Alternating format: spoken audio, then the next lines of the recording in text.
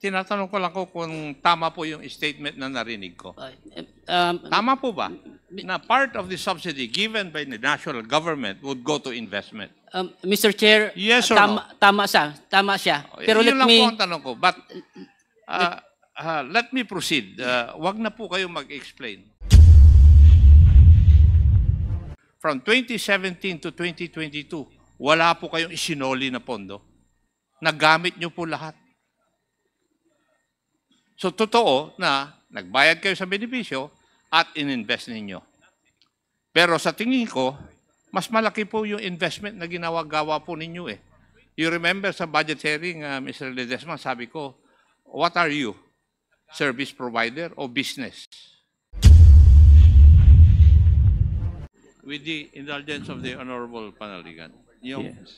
Yes, Congressman Acop, you are recognized. Thank you. Hindi po mawala sa isip ko yung sinabi ni Mr. Lim Siaco na part of the subsidy given to PhilHealth would be used for investment. Tama po ba yung pagkarinig ko? Mr. Chair, Yes, Mr. Lim Siaco, you are recognized. maraming salamat, Mr. Chair. Maraming salamat ko. As I mentioned, once papasok ang pera sa korporasyon, pambayad sa benepisyo, and of course, pag hindi na ready na tayo, nabayaran na natin yung mga benepisyo, the excess money ay napasok natin sa investment. Now, the pera from the national government, Mr. Chair, as I mentioned kanina, in the year 2023, ang alokasyon from the Sentax ay nasa 80 bilyones. And wag na po tayong pumunta doon sa details. Tinatanong ko lang kung tama po yung statement na narinig ko.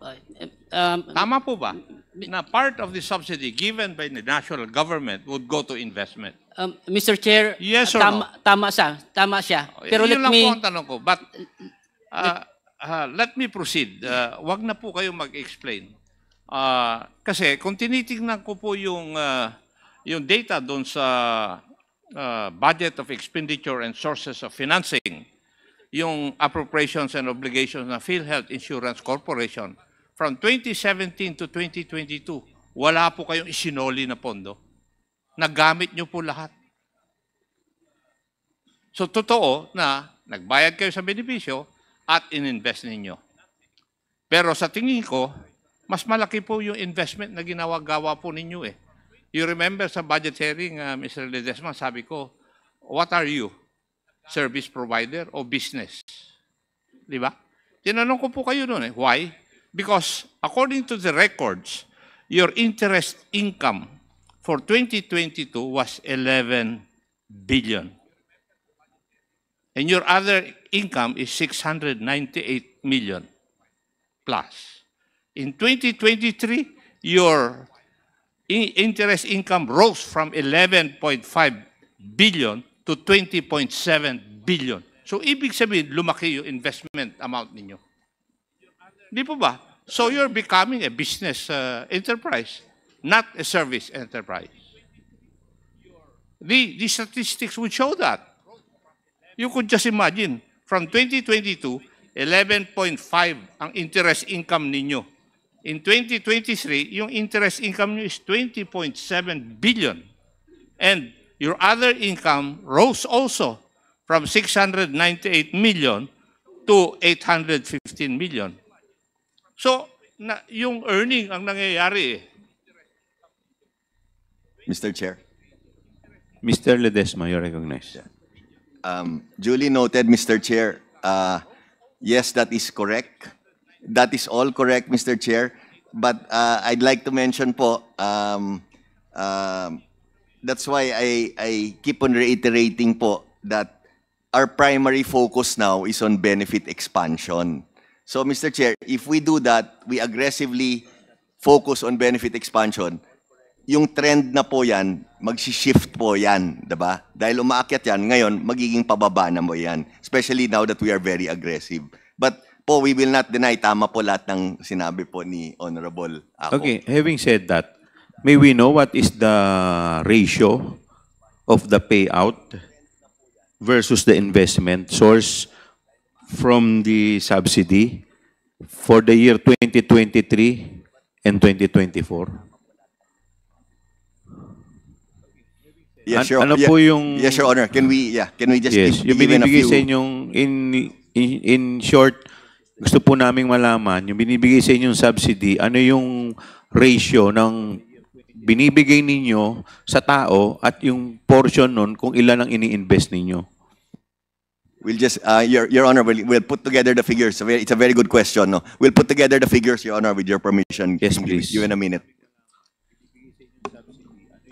Mr. Chair, Yes. for 2023, Mr. Chair, the benefit payout of PhilHealth for the for the indirect contributors amounting to 58 billion, Mr. Chair. 58 billion. Apo, ang ating Ito yung payout. GAA, Mr. Chair, ay nasa 80. But the amount released in CA by DBM ay nasa 50. So in other words, for year 2023, mas mataas yung benefit payout natin sa indirect compared to the received amount of 50 bilyones, Mr. Chair. Ang gusto kong malaman, magkakano muna yung binigay sa inyong subsidy nun, noong 2023? Sa 2023, Mr. Chair, 80 billion po sa GAA 80 po billion. natin. Opo. Okay. Sa 80 billion, 58 billion sa payout. Opo. Okay. So yung remaining na ilan ang ano nun? 22 billion, ito yung napunta sa investment. Hindi po, Mr. Saan? Chair. As I mentioned, Mr. Chair, 50 na receive namin na NCA. Pera. 50 lang ang natanggap ninyo. 50 lang natanggap namin. Okay. So saan kayo kumuha ng 8 billion? Mr. Chair, ito po ay ang pera na nalikom ng korporasyon for the past several years, including yung mga premium contribution from the direct. Yun ang pinampabayad po natin. So ibig sabihin, yung remaining na 22 hindi ninyo natanggap. Hindi pa nyo po na-receive. namin natanggap. So may utang pa sa inyo yung ano? DBM po. DBM. Opo, nag-usap na po kami last week po ni Yosek Okay. Toledo. Sa 2024, Sa 2024, Mr. Chair, magkano muna yung subsidy ninyo, supposedly? the subsidy from the Syntax ay 40. 40. And Bakit ang layo ng ano, from 80B naging 40? Okay, yun, so 40B ang naging subsidy. 40 Okay. billion po. So, And dito, benefit payment po, as I mentioned kanina, as of September, ay nasa 62.4 billion already. 62 billion ang Benefit payout. payout. And Baka sinasabi mo, sinama mo na yung subsidy tsaka yung ano, parang kinumbine mo na. hindi, Mr. Chair, that is intended for the indirect contributors account, Mr. Chair. So, eto lahat, etong 58 billion, eto na yung buong payout sa buong 2023. Tama? That is intended for the indirect contributors, Mr. Chair. Kaya nga, sa buong 2023. Opo. So, magkano supposedly yung galing sa inyo? Kasi pag sinabi mong subsidy, tulong lang to eh. Opo. Di ba? Opo. So, yung galing sa inyo, parang ang ginawa mo, parang lahat, kinover mo lahat dun sa subsidy eh. Yung sa inyo. Mr. Chair, for year 2023, the benefit payout ay nasa 118 billion. And again, the Ilan yung ano? 118 billion, Mr. Chair, yung total benefit payout ng PhilHealth. So, Hindi, yung galing sa inyo. so 118 billion bawas ng 58. Mga 60 bilyones, Mr. Chair, So, magkano yung collection ninyo? sa collection po natin. Ang collection po ng PhilHealth total, Magkano yung total for 2023? 2023, Mr. Chair, total premium received. Cash po ito, from cash flow. Okay. Nasa 198 billion, Mr. Chair.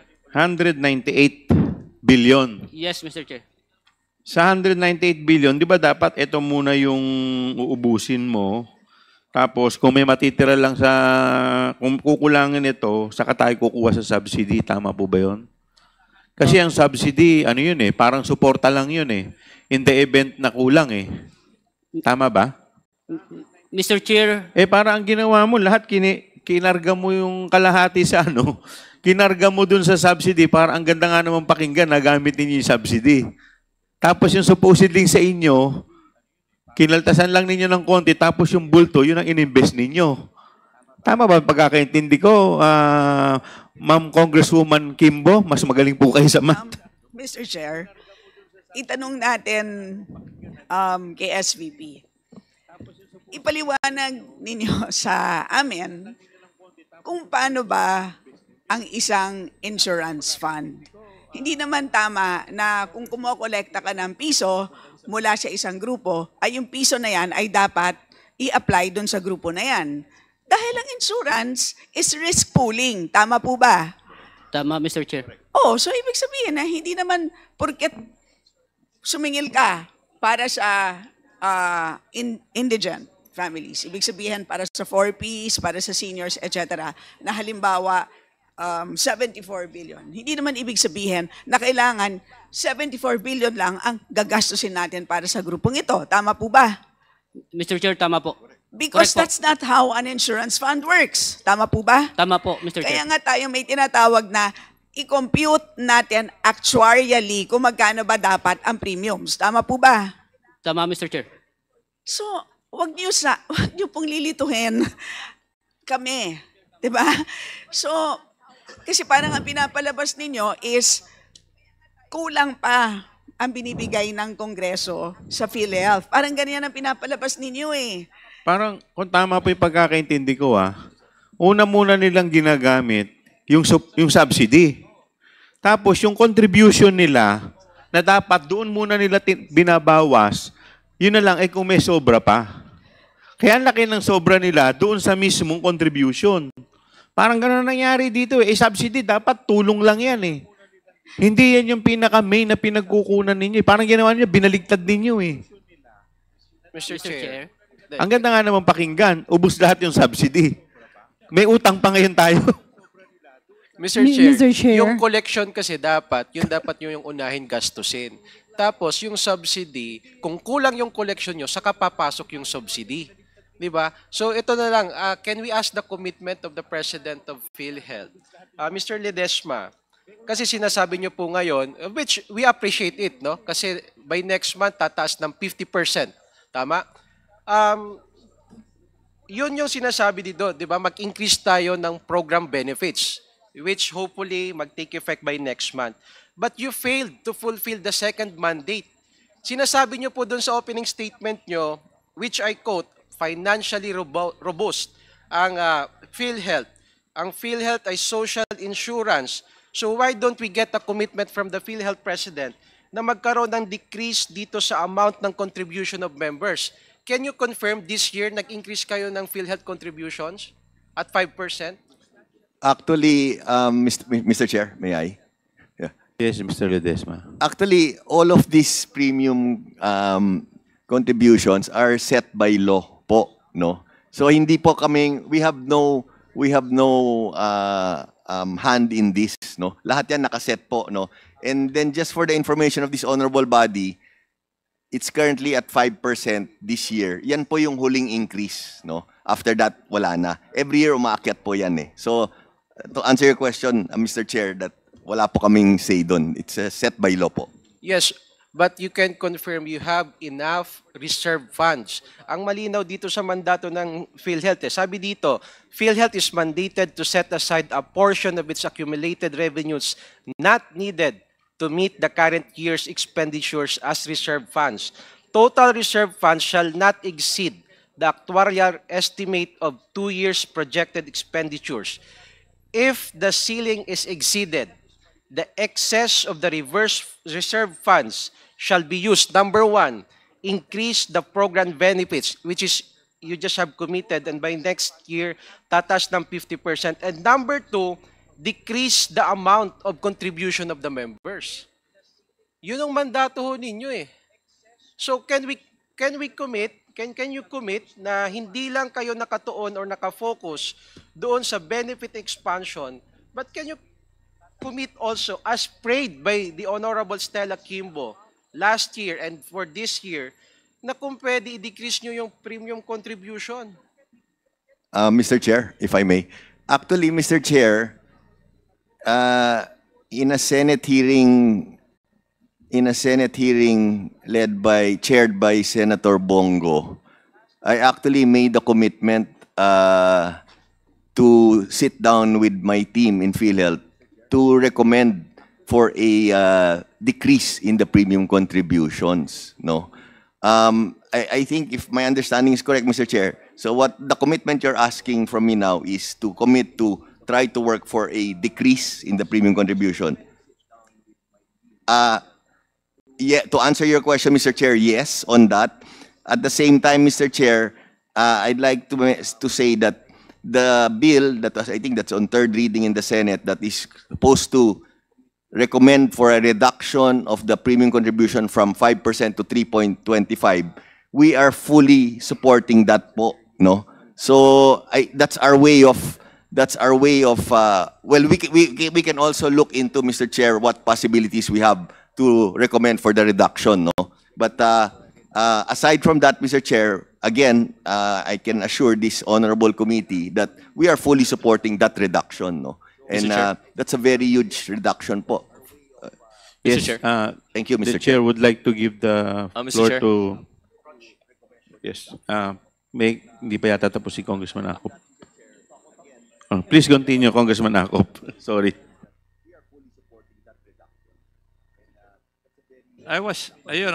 Mr. Chair, I was driving the point na napakalaki po yung pera ng ng PhilHealth. Because Mr. Chair, point of order po. Kasi ang daming nakalista. So, ang daming mga interjection. Pwede po Yes, bang tapusin na natin si Kong Akop, tapos Yes, after doon na tayo Kong Akop, we will proceed to Oo, kasi- Congressman Panaligan. Ako pang huli Sorry. kasi, Mr. Chair eh. Yes, sorry. Meron pa tayong plenary. Thank you, Mr. Chair. Pasensya na po, medyo nadala lang po kami sa... Nakirid away lang po kami. Please continue, Congressman Akop. Your Honor, I'm sorry. Mr. Ledesma, gusto ko lang i-point out talaga na ang nakikita ko business na kayo Yeah. From all the data that's in front of me. Kasi your investment in time deposits, local currency, amounts to 135 billion in 2023. While in 2022, it was 126.4 billion. So, it's sa isang taon, nag-invest kayo sa time deposit by 10 billion. So, now, we go to the other investment that you have. Mr. Chair, just a Hindi, quick... para malaman na ng tao. Yeah, Mr. Chair, just a quick... No, you let me finish first. Kasi you also have investment sa securities. Tama po. And I would like to read your investment in government bonds in 2022, 270.7 billion. In 2023, 331.6 billion. You could just imagine that. Ang lalaki. Now, investment in corporate bonds from 1.1 billion to 4.4 billion. So, ang utak po ninyo ay investment. Hindi po service. The way I look at the data. Now, you also have earnings doon po sa right of use. Tama po. And I think it would amount to 1+ billion a year. So, ang dami-dami ninyong dito sa data na nandito sa harapan ko. So, why is it like that? Hindi po para sa tao yung nangyayari na yung the money of PhilHealth should be used to increase the package or to decrease the contribution. I don't see that in the data that's available to this representation. Can I comment, Mr. Chair? Yes, please. Again, Mr. Chair, thank you so much. We are not, everything you mentioned was true. We are not refuting everything that was mentioned by Honorable Akop. Again, like I said earlier, we have to change our policy, or we have already begun to change our policy. So yes, it is showing that our investments are increasing, so and so. But again, I'm humbly asking this honorable committee to give us just a little more patience. It's very clear what direction we're taking po. And our focus on benefit expansion will continue to be as aggressive. And in the next few years, iiba yung trend po at iikot yon. So I just want to mention that po. We hear you loud and clear, Mr. Chair. We are changing our direction, we are changing our policy, and we will get there. Thank you very much, Mr. Thank Chair. you. Thank you, Mr. Chair. Thank you. The chair would like to recognize the Honorable Panaligan. Thank you very much, Mr. Chair, for recognizing me. Finally. Yes po. Meron pa kasi akong duty sa plenary as a floor leader. But so far, Mr. Chair, sa ating pagkatanong kanina at sagot ng PhilHealth, tumalabas na ang PhilHealth pala ay hindi lang maraming pera, kundi napakaraming pera nila. Napakalaki ng pera ng PhilHealth. And in the words of Mr. Ledesma himself, ay maayos ang financial condition ng PhilHealth, ano? Correct. Kaya lamang yung perennial issue natin, yung napakababa ng coverage, ng benefits ng PhilHealth na idinadaing ng maraming kababayan natin. Kami bilang district congressmen, araw-araw yan ang aming nakaka-enkwentro sa aming mga district offices. Huipila para makatanggap ng tulong yung MAIP, ano? Hindi mangyayari yan kung ang PhilHealth ay may enough coverage, mataas ang coverage, ano? Kaya sabi ng Mr. Ledesma, be patient daw, little patience. Pero hindi po namin maring sabihin yan sa mga kababayan natin na kailangan ilabas ng ospital. Ngayon, hindi pwedeng sabihin yan na be patient sa mga tao na kailangan operahin na, kailangan mag-undergo ng heart bypass, for example, sa heart center. At lalo hindi pwedeng sabihin yan sa mga kababayan natin na namatayan, hindi mailabas ang kanilang mahal sa buhay na namatay sa ospital kasi kulang pa. Kaya I think, Mr. Ledesma, we cannot wait. No? Hindi pwede yung sagot na be patient. Ano? Patience ang kailangan. We have to act now. So, sa iyong sabi kanina, sa iyong opening statement, sabi mo kanina na ang PhilHealth as of November 2024 ay merong 150 billion surplus, 280 billion reserve funds, and 490 billion investment funds. Can you confirm this again? Yes, Your Honor. Yes, Mr. Chair. So napakaraming pondo, no? Saan ang galing ito? Like yung 150 billion surplus. Ano ang pinanggalingan nito? Savings ba yan or whatever? Saan po nang galing yung 150 billion na surplus? Can you define yung surplus? Okay. Mr. Chair, if I can go back lang to the very first point that Kong Manuel mentioned, sabi niya, napakalaking pera ng PhilHealth, saan ba nanggaling lahat ng pera namin? No? If I can answer that question this way, no, there are three main reasons paano lumaki yung pondo ng PhilHealth through the years. No? The first reason po is it's been 12 years since the case packages have been enhanced. So 12 years po yun, hindi nagagalaw. No? Nag-umpisa lang yan in the last 2 years. No? That's the first. Pangalawa po, nung pandemic po, yung COVID, diba, that was for 2.5 years, lahat po ng tao, including I think ourselves in this room, natakot po pumunta sa hospital, natakot po lumabas ng bahay, natakot pumunta sa doktor kasi baka magka-COVID. So, very few were going to the hospitals for treatment. Kaya, again, nagkukumpol yung pera. So, ito yun. Yung pangatlo po, sorry po if I can be allowed to, yung pangatlo po is, dahil, like I also mentioned earlier, yung premium contributions kasi set by law yun, diba? So kahit hindi po namin kailangan yung pera dahil nagkukumpul-kumpul na nga dahil because of the first two reasons I mentioned earlier, we still have to implement the increase in premium contributions kasi nakaset na yan by law diba? So kahit hindi namin kailangan yung pera, tumataas pa rin yung binabayad sa amin ng mga tao. So those three are the main reasons why PhilHealth suddenly accumulated a huge amount of money po, no? So I don't know if that answers your question, Yes, Mr. Chair. Meron pa kayong reserve fund na 280 billion, ano? Yes po. Yes, so saan ito attributable, ang reserve fund na 280 billion? It's the requirement of the law. Again po, na it's very clear sa provision po na yan yung requirement po. At 490 billion investable funds, correct? Yes po. Yes, Mr. Chair. All right. Now, sa Section 37 ng RA 11223, yung Universal Healthcare Law, naka-enumerate yung sources of funds ng PhilHealth, ano? Ang letter A, incremental sin tax collections. Would you know at this point kung magkano ang naging share ng PhilHealth from Syntax collections? Yes po, we can give you that figure po. Just a minute po.